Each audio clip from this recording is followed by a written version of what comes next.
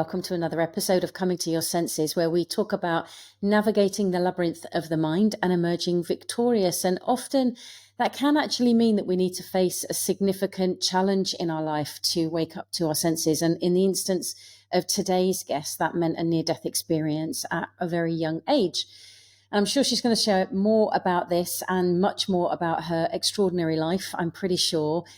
So welcome, psychic and healer, Sam O'Brien. Thank you for having me, Jules. It's an absolute pleasure. And I, as always, never know where these conversations are going to go. But I'm curious, because when I very first met you, you spoke about that near-death experience, that NDE. Mm-hmm. And the way that I heard you describe it, it was the kind of the sense, pardon the pun, that I got from it was it's like this whole new world opened up to you. So I'm wondering if you can give us an insight into what was life before, what happened, and then where and what coming to your senses in that moment led you to. Okay, so it was when I was 17. I basically had quite a lot of back pain at the time, went to hospital with my mum, and they discovered that I had basically gallstones at the time, which was very, very young for that age. Mentioned that I needed an operation very, very quickly, which they got me in very quickly as well. I was in hospital probably within 4 weeks. Went for the operation, but I remember saying to my mum before the operation, something's going to go wrong. I don't think I should be having it done. And my mum obviously was like, don't worry, darling, you're only 17, just in case. Obviously reassured me like any mum would be. And had the operation and realised on coming out of the operation that I wasn't very well at all. Had certain circumstances where obviously nurses and doctors had to come and see me.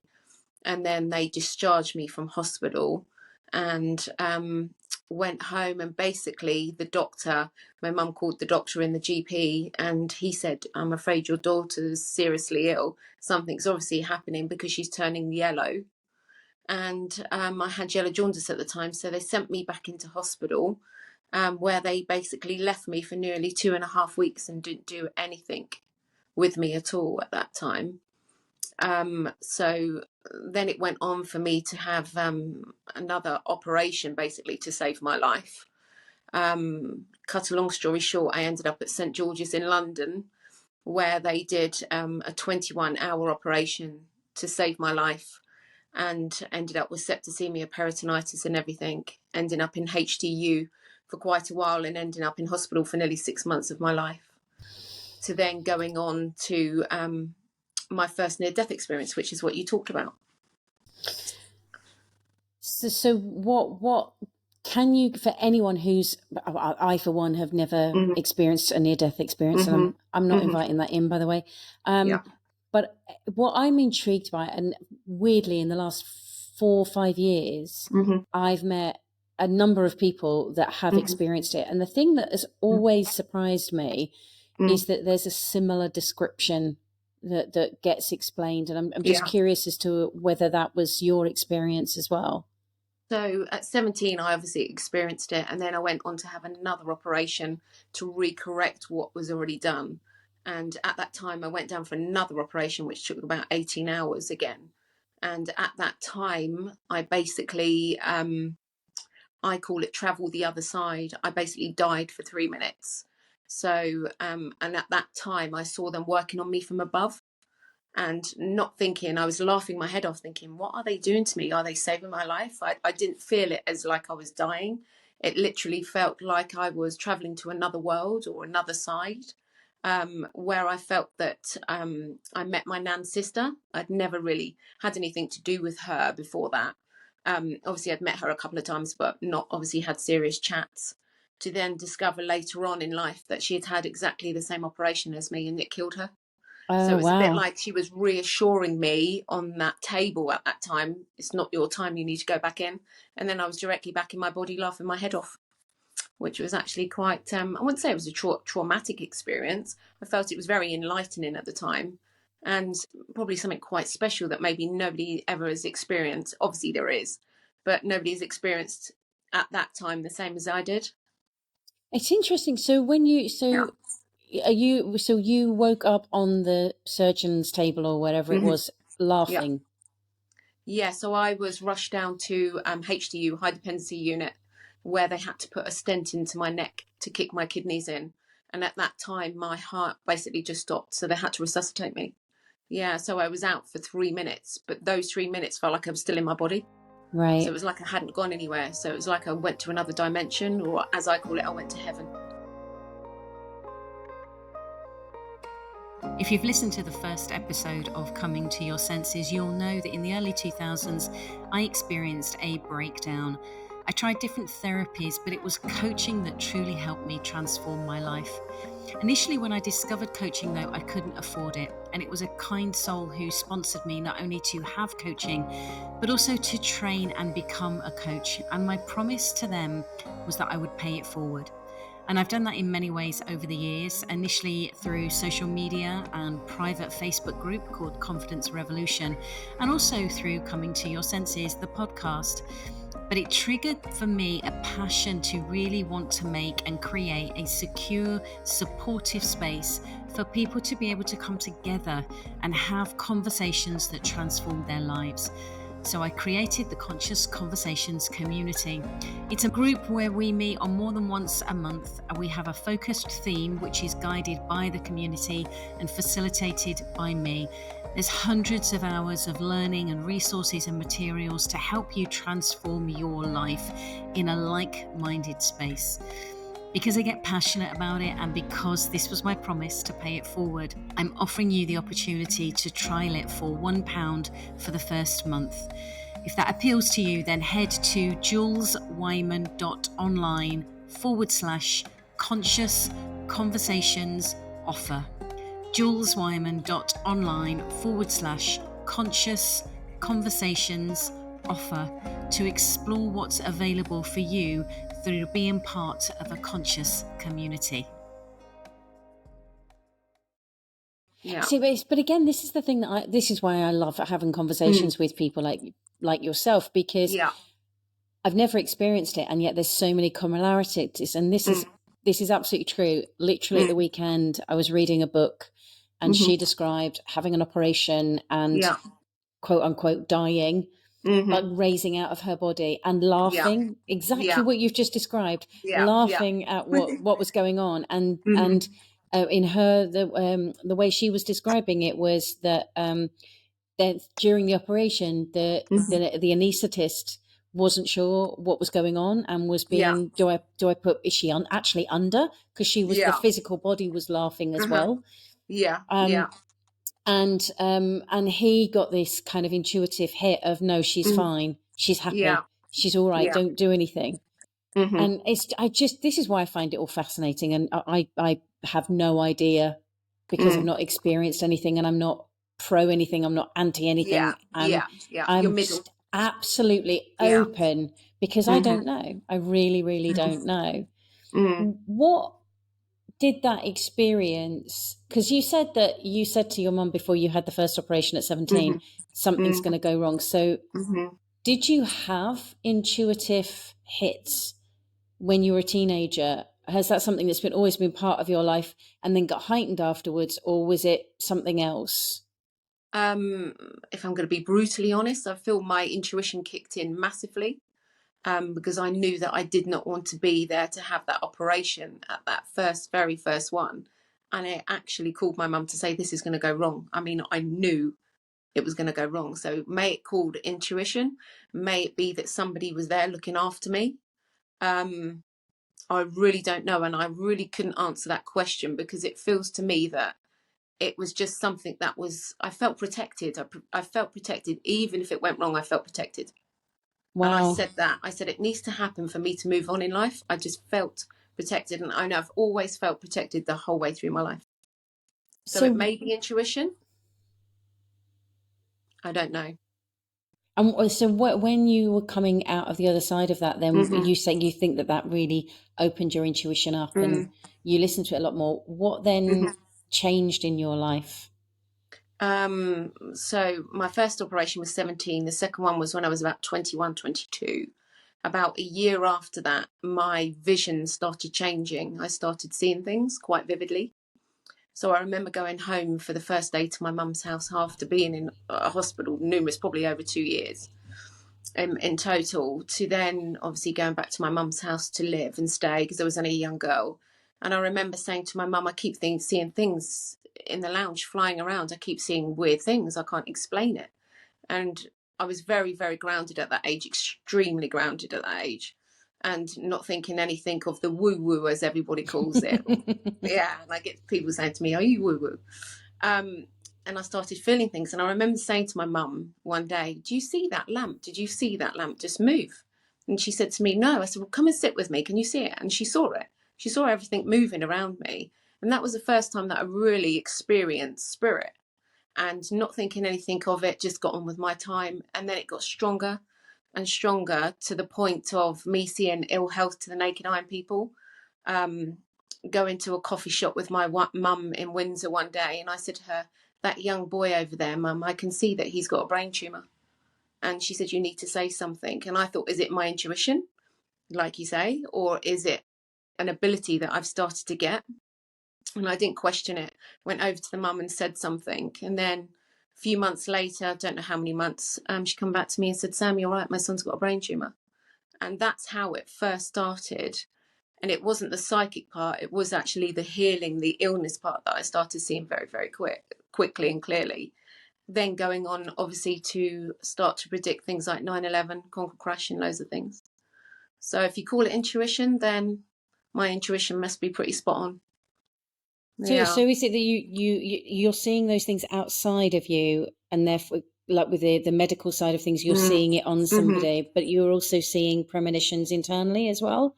Yeah, so people ask me that quite a lot, and they ask me about spirit. I don't hear spirit. So that's called a clairaudience. I don't hear spirit. Spirit basically dribble pictures and snapshots into my brain, and I have to work out what those snapshots mean, if that makes sense. For me, mine's more of a brainwave than anything. So it's people obviously are psychic medium, or they're clairaudience, sensory. I feel I'm more psychic medium, which is seeing things maybe now and for the future. Okay. And do you experience a difference between intuition? So I heard it as three things. I heard intuition, psychic mediumship, and then the healer. So for you, were they three very different experiences? I would say they're all in one, but I have different energy and different feeling for each one. So say, for example, my psychic medium, I feel my energy is a lot higher.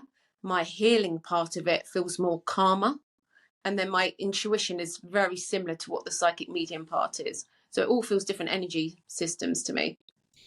So when you were 22 and you, I don't know whether you were working or at college or a uni or whatever. Yeah. What took you from that point to actually proclaiming yourself as, this is the profession that I'm going to be, the way I'm going to earn my living? So at the time, so at the age of 17, I was working for a recruitment company. So I had a really good job even at that age. And I remember them supporting me even when I was in hospital. And then I decided to leave there and basically go back to university. So whilst I was going through my operations and everything, I wanted to go back to university. So I studied biology at the time. So I studied science. Oh, wow. Which is actually quite strange, considering my ability, when people think that doesn't actually equate, because obviously you have scientists saying it doesn't exist, but I beg to differ. So I went from that. And then when I started getting more and more information psychically, I decided that is the path that I needed to be on and help individuals and help people. So I chose that over everything, literally. So how long have you been doing it now for? Wowza. Am I showing my age? Not at all. I just find it forever. Well, I find it really, I don't know about you, but I find it really odd to reference point stuff and go, oh yeah, that was 40 years ago. And I remember that. That's weird. And realizing how long quick. It's really gone quick. Really gone quick. It's just bizarre, the timing. So I've probably been doing it, I would say, thinking back probably about 28 years. So a long time. Yeah. So I probably chose to do it around the age of about 23, 24 properly. Okay. Yeah. And would you say, because I can't imagine, because we're not that different in age, Yeah. I can't imagine. So I have always been intrigued by that side of things. Yeah. Yeah. I don't even know when it was that I went and had my first reading, and I've done it on and off for years. Mhm. More from Mhm. that curiosity, Yeah. intrigue. I know some people are very much, tell me my fortune. It's not that for me. Mhm. For me, Mhm. it's very much, what do I need to know that's going to help me move Yeah. forward in my life? Is there anything Yeah. I'm missing? And I've had psychic readings, I've had tarot readings, Mhm. palm Mhm. readings, I've had so Yeah. many different things. But one thing I know, bearing in mind that we're roughly the same age, is that it's not something that I ever mentioned really to anybody else, Mhm. because Yeah. it was woo woo, it was Mm. weird, it was Mhm. odd, it wasn't something. So I'm Mm. intrigued that at that age Mm. you set out to do it as a profession, and how that Mm. was received by the world. Mhm. Yeah. For me, I didn't really talk about it very often to very many people. But I used to go out just general, maybe shopping or going out. And I always had feelings when I was with my mum. She was always drawn into places, and we always knew why, because it was about me. And I think as I've got older, I've listened to it more. When I was younger, I didn't want to do it. It was something that I was really probably quite anti against, actually, because I thought people are going to judge me. People are going to think that I've got mental problems or I've got something weird about me, when I'm probably the most grounded person you'll ever meet. And it was just a decision for me that when I had a conversation with my mum one day and said, do you think I should go for this because of what I have, mum? And she said, I feel that you've got something really amazing and you should do it. So I decided just to take the bull by the horns and go for it. I mean, of course, I've questioned myself through my life about what I have, um, to the point where I've got, few answers now why I feel I've got it. But it's exciting for me, really, to help other people. And how do people do? How do, especially at the beginning? How do Mm. people? Because obviously the internet wasn't around at that point. Hmm. In Yeah, yeah, well, it was, but not that you and I had access to yeah. it. So how did you get your business? How did you earn your living? And how did people receive it? Mhm. I mean, back then, I'll be honest with you, I didn't charge people for it. It felt like a test to me, so I was just testing my ability at that time. And people sitting with me and enjoying just seeing what came up and seeing what I had, like, in my brain, as I would say it was exciting to me. It was something very different. So actually I didn't charge anybody for years and years. And then I remember a lady saying to me, you're pretty amazing, why don't you charge for your ability? You're doing something pretty amazing for other human beings, and you're helping them. It's not that they're coming to you for a psychic reading, you're helping these individuals. And I said, yeah, you're probably right. And at that time I probably charged, what, £10, £15, or hardly anything, to the point where I was being recommended to literally everybody, and thinking, well, my time, I'm having no time in a day here. Am I doing something wrong, just charging people £15 or something? And then decided to, sort of, when I started getting famous people coming to me, to up my costs, and you know what I mean, to feel that I was worthy, in a way, of that expense. So it's brought me to where I am now. With a phenomenal following, and that's Thank you. that's how I connected with you. Is that one of my clients said, by Yeah. the way, have you? I went and had this, and I was like, oh, that intrigues me. Let me go and have Mm. a. And what I'm curious about is when I'm going to ask some very broad questions, Yeah. actually, because Yeah. what I'm curious about, the Hmm. word spirit and Yeah. spiritual, I think Hmm. they're far more in common language now than they Hmm. were even 5 years ago, which I find Yeah. interesting. But Hmm. I'm intrigued as to when you use those words, what do you mean by them? When you talk about spirit and spiritual, how would you define it? So spirit to me is, um how can I explain it? It would be, so when I say I'm talking to spirit, that means I'm talking to energy that is above me. So that is not me. It feels to me that there's something else above me. So may call it heaven, you may call it the energy around us, you may call it universe, but I'm talking out of that box to someone. That's what it feels to me. And spirituality, spiritual just means that we're all connected energy wise. That's what spirituality feels to me. It doesn't feel like religious, where some people say, are you religious? Is that why you're getting Jesus and God? And I have been asked that. To me, it isn't. It's me speaking to spirit, to people's loved ones that have passed, to people that I speak to my own spirit and loved ones. So they're different to me, different people and different things. So I speak to the same spirit every time I do a reading. That makes sense to me. So it's like Yeah. a bigger energy that you're It's a talking bigger to. energy. Yeah. Yeah. Or an Yeah. entity, whatever you want to call it. And I have questioned that, thinking, who am I speaking to? Because they're dribbling information in my head. Where am I getting that from? But for me, I'm just very, very open. Maybe I'm a very open human being. And I just feel that energy probably maybe stronger than somebody else's. Yeah, it's funny you should say that. I was thinking only a couple of weeks ago, what I can't even tell you. So therefore, where did that idea come from? That I Yeah. suddenly went, oh, I'm an antennae. This body Yeah. is an Yeah. antennae. And I started to recognize that in a different way of thinking about how we pick up on information. And I think part of it is because I was thinking about my dog and how my dog picks up on different information. And we're very obviously, you know, we've got the five senses, but then there's the sixth sense, and actually what that is and how do we pick up on things. And there's numerous times when I'm coaching in particular where I will, it will be a really random question that I'll ask, or I'll start talking about a red microphone, and the person opposite me is like, oh my God, well, I was literally just doing da da da da da about a red microphone. So I find it interesting that really that there's how I perceive what you're doing, because I will never know because I'm not you, is that there's, as you say, there's an openness to receiving. And I wonder how many of us could do more of that, even if it's not to the levels of what you're talking about, but actually be open to receive guidance and intuition, even if it's not from spirit in the way that you're describing. I just feel that I'm very open since I've died. I don't know if you call it over there and over here.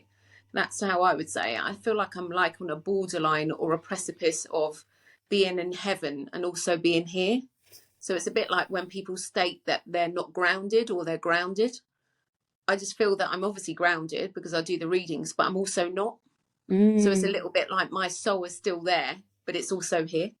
So it is a little bit like you say, an antennae. Yeah, exactly that. So do you think it's because you've had the experience of both?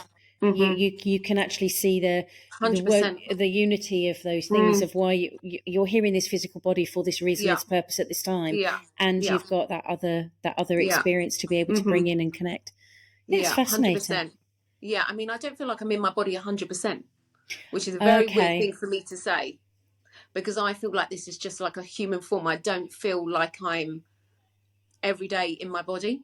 It's a weird thing to say. I just feel that I'm still slightly there in some way, because I don't feel like I felt before I had it happen. Do you think your body is your body? I do in one way, but I don't feel my mind is. Okay. Yeah. So I feel from maybe the neck down, I feel like it's me. But from the neck up, I don't feel. I feel that something's happened where it's maybe changed my brain. And that's another story, because I've got details about my brain that I've had scans and everything else on, that there's something very different in my brain now. 100%. Are you able to share any of that? Yeah, of course. So we have only just discovered recently, well, not too recently, that, and this happened around COVID time, I was getting different symptoms and things, and went to the hospital to obviously have an MRI and stuff, and they discovered I had brain lesions. And they're not sure if the brain lesions have come from basically nearly dying, lack of oxygen, or they're not sure if the brain lesions have come from maybe, I don't know, a virus maybe, or in some way.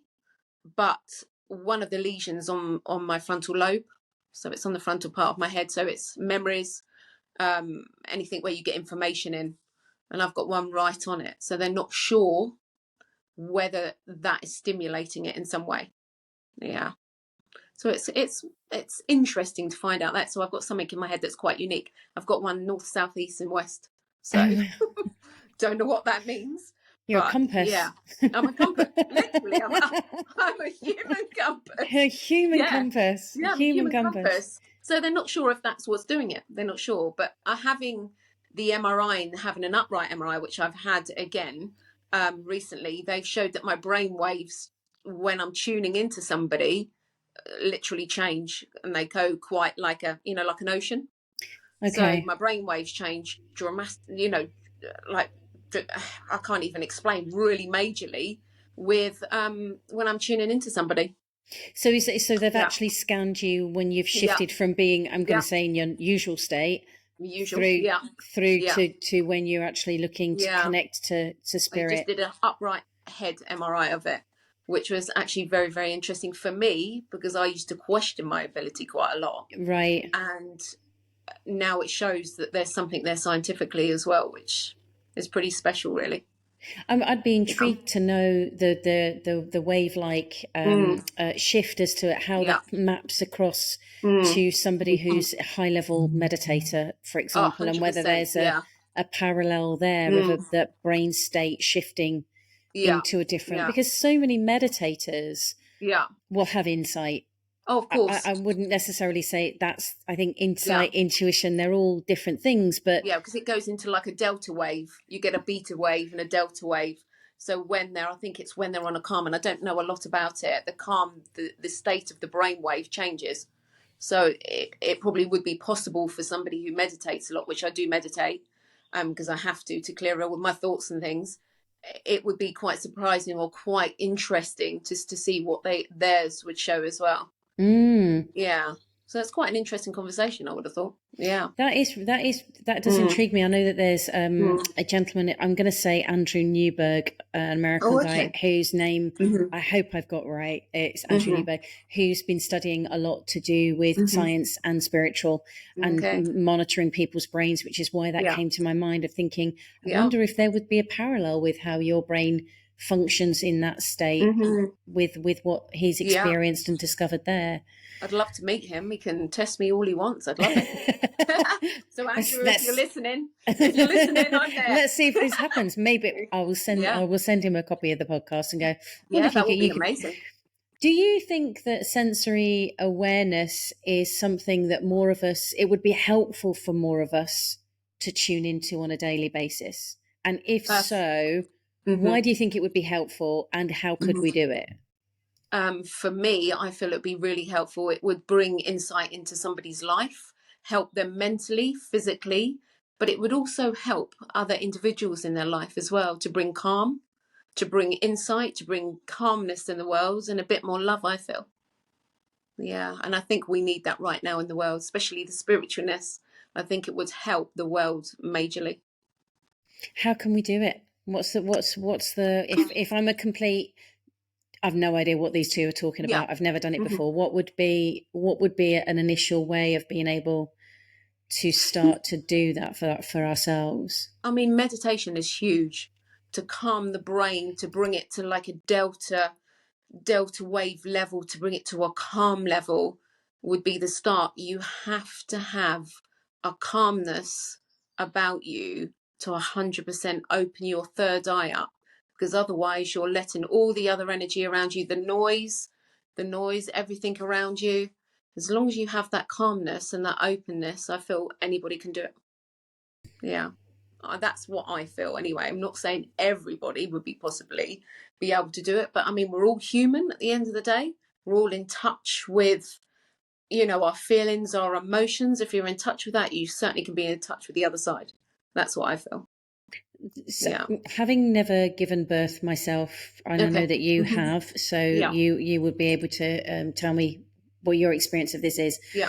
But having been around pregnant friends, one Hmm. of the things that I noticed about all of those women Hmm. during, at least at some point, if not throughout the Yeah. whole period, is Hmm. that their sensory acuity heightens.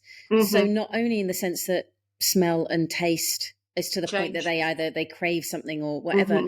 but they Hmm. also have this intuitive hit Hmm. of I Hmm. need that thing, or don't turn left there, go right. Hmm. I'm wondering whether there's a parallel there, because my take is that when a Hmm. woman is pregnant, all of her energies is going on Uh-huh. creation of that Yeah. baby. So therefore, there's an openness. There's less internal noise Yeah. So there's an openness to receiving that information or hearing that information. You have to remember also that there's a baby grown inside you. The most open, the most psychic thing you can ever experience as a child. So children are very, very open. So you've got something growing inside you that's open as well. And you've also got the flood of, it's not emotion, but you've got the flood of hormones. And remember, hormones can change brain waves as well. So that does it. And hormones has a lot to answer for, I feel. I mean, it creates things, perimenopause, menopause, you know, people change. Everybody's brainwaves change with hormones as well. Yeah. So it makes sense in that respect. But children are the most psychic beings that could ever exist as far as I'm concerned. They're open. Third eye, their third eye is open. They see spirit. If you ask a child, have you seen spirit? They will tell you they have. So as children, if we could all grow that and still stay, I would say, childlike for the rest of our life, we'd all be psychic, wouldn't we? 100%. It's my goddaughter, I think she was about 2 years old at the time. We were sat having lunch, talking about randomness of everything and nothing at that point. And out of nowhere, she turned around and just looked at her mum and myself and said, it was really dark in there. My friend and I looked at each other and looked at her and went, it was really dark where? And she just pointed and she went, when I was in mummy's tummy. And there we go. Exactly. We'd not even been talking about anything like that at all, at any point during the day. And she went on to describe it. And my friend's very open to this sort of thing. So we were like, tell us more, tell us more, tell us more. But it's interesting how much in society we shut or afraid of, 100%. Or we close all of this stuff down. You mentioned earlier about if more of us had these abilities, it would be really helpful at this point in history. What do you think? Why do you think it's so needed at this point to have that calmness? I think people are lost, if I'm honest. I don't know. I feel people don't know what they're doing. Social media mixes up a lot of emotions for people. People are trying to be something they're not. I feel that we need calmness. I feel that if we lived in like a spiritual haven, we would have so much more respect for each other as human beings. I feel respect is completely gone in the kindness. I just feel that, you know, having the ability, if everybody had that, there'd be so much love in the world. We would see and we would feel people a lot more than what we are at the moment. People are very closed, I feel.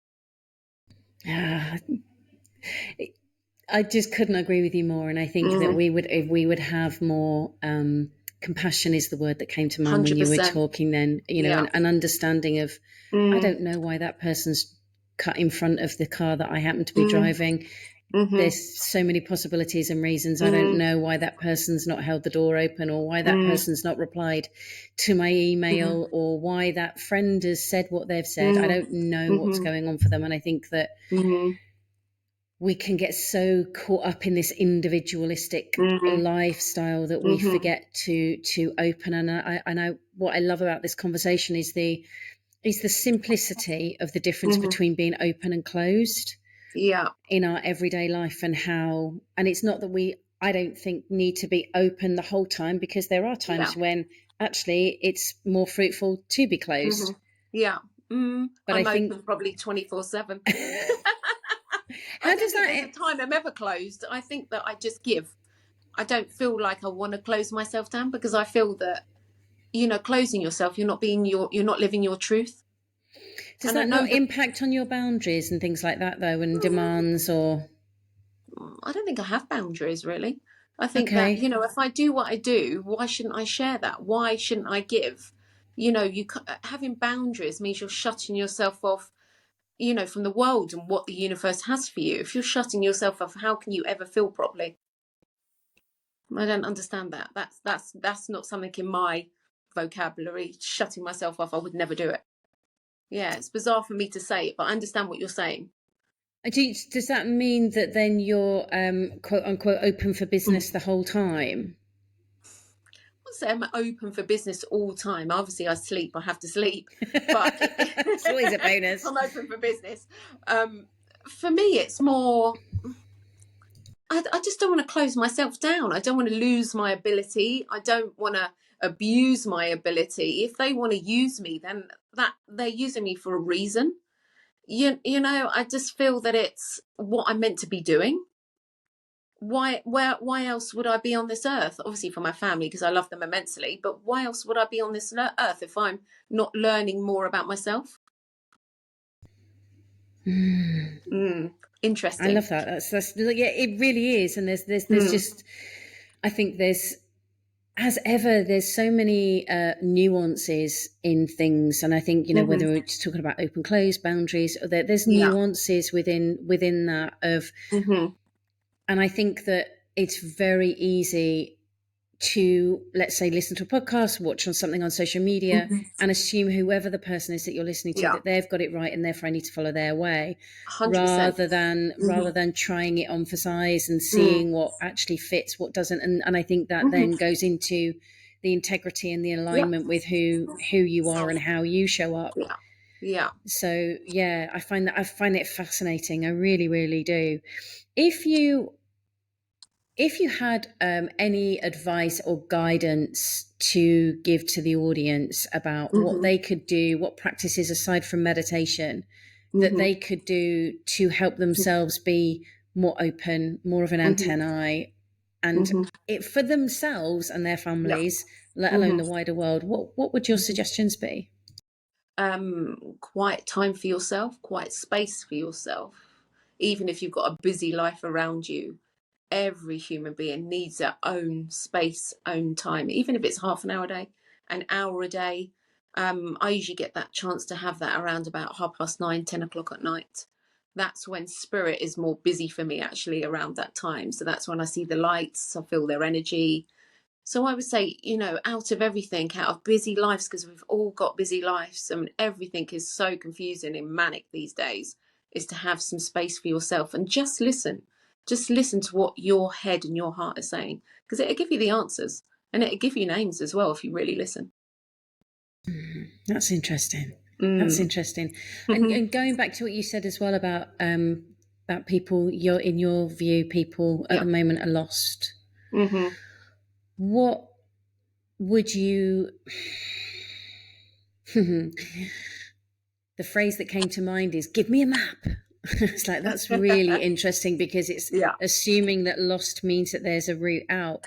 And I'm wondering what the invitation could be hmm around that lostness at this point.